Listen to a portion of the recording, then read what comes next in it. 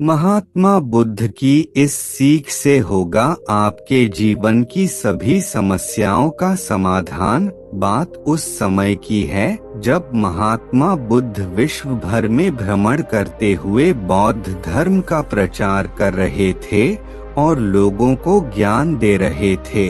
एक बार महात्मा बुद्ध अपने कुछ शिष्यों के साथ एक गांव में भ्रमण कर रहे थे। उन दिनों कोई वाहन नहीं हुआ करता था, सो लोग पैदल ही मीलों की यात्रा करते थे। ऐसे ही गांव में घूमते हुए काफी देर हो गई थी। बुद्ध जी को काफी प्यास लगी थी। उन्होंने अपने एक शिष्य को गांव से पानी लाने की आज्ञा दी।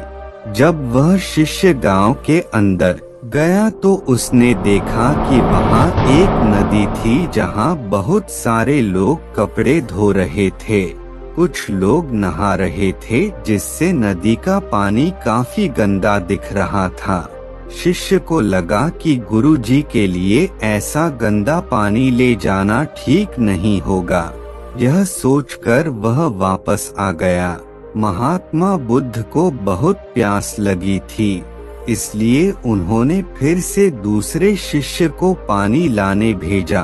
कुछ देर बाद वह शिष्य लौटा और पानी ले आया।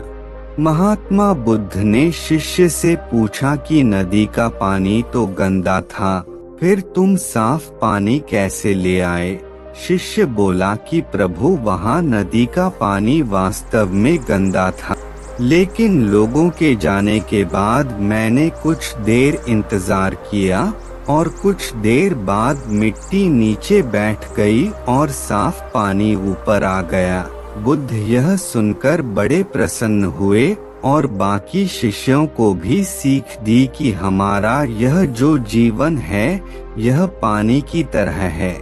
जब तक हमारे कर्म अच्छे हैं तब तक सब कुछ शुद्ध है, लेकिन जीवन में कई बार दुख और समस्या भी आते हैं जिससे जीवन रूपी पानी गंदा लगने लगता है।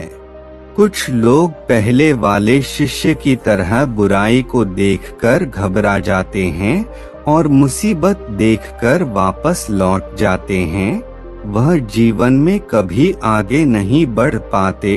वहीं दूसरी ओर लोग जो धैर्यशील होते हैं वह व्याकुल नहीं होते और कुछ समय बाद गंदगी रूपी समस्याएं और दुख खुद ही खत्म हो जाते हैं। इस कहानी की सीख यही है कि समस्या और बुराई केवल कुछ समय के लिए जीवन रूपी पानी को गंदा कर सकते हैं, लेकिन अगर आप धैर्य से काम लेंगे तो बुराई खुद ही कुछ समय बाद आपका साथ छोड़ देगी।